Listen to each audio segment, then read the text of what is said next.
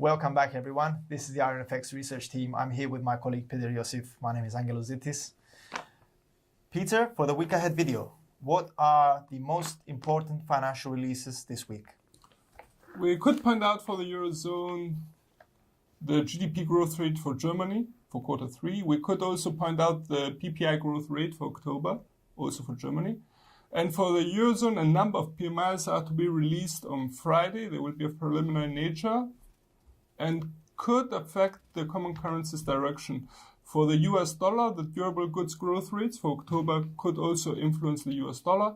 While for the GBP, despite the fact that there are no important releases as such this week, we would like to point out the inflation hearings tomorrow. What are the main fundamentals for this week? Fundamentals this week could include some headlines regarding any further tensions in the US-Sino trade relationships. We could also see some more comments from Fed officials about a more dovish view on the US economy. For the euro, we could see some headlines about the Italian budget issue. Yes. And finally, most certainly, we will see a number of headlines regarding Brexit. Brexit. What is your view on Brexit? Brexit, after Thursday's developments, we could say that has an open end with a number of scenarios being possible. Our base scenario remains that Theresa May will at the end be able to pull off the agreement she had with the EU. However, we would also like to point out that danger is just around the corner, as there could be a leadership contest within the Tory party. Also, there is the danger for Theresa May that the UK Parliament may at the end not approve the deal as such.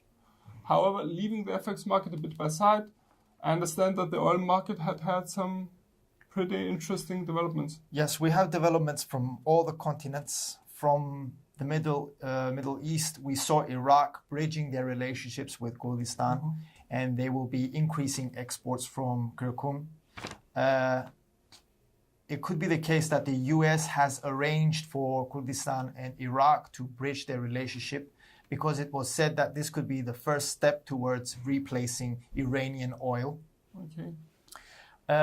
From Asia, Japan and South Korea are expected to increase their imports from Iran. They initially reduced or cut ties completely with Persia, but now with their waivers, they will proceed and they could increase their imports from Iran. From the US, oil rigs increased by 2 since last week. So we could see an increase in supply also.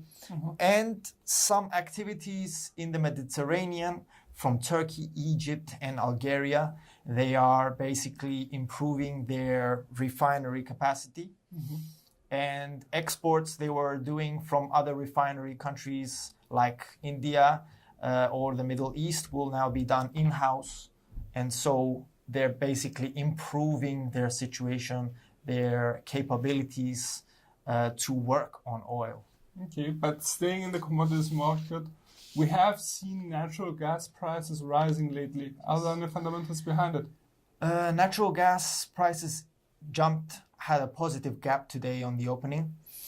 There was a meeting between US Secretary of State Mike Pompeo and Ukrainian Foreign Minister Pavlo Klimkin on the matter that Ukraine should be able to provide natural gas.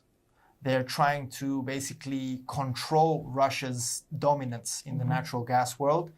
They are using pipelines from Turkey. Russia is using pipelines from Turkey. And so the US would like to increase Ukraine's ability to provide natural gas and to create more diversity and security in the market.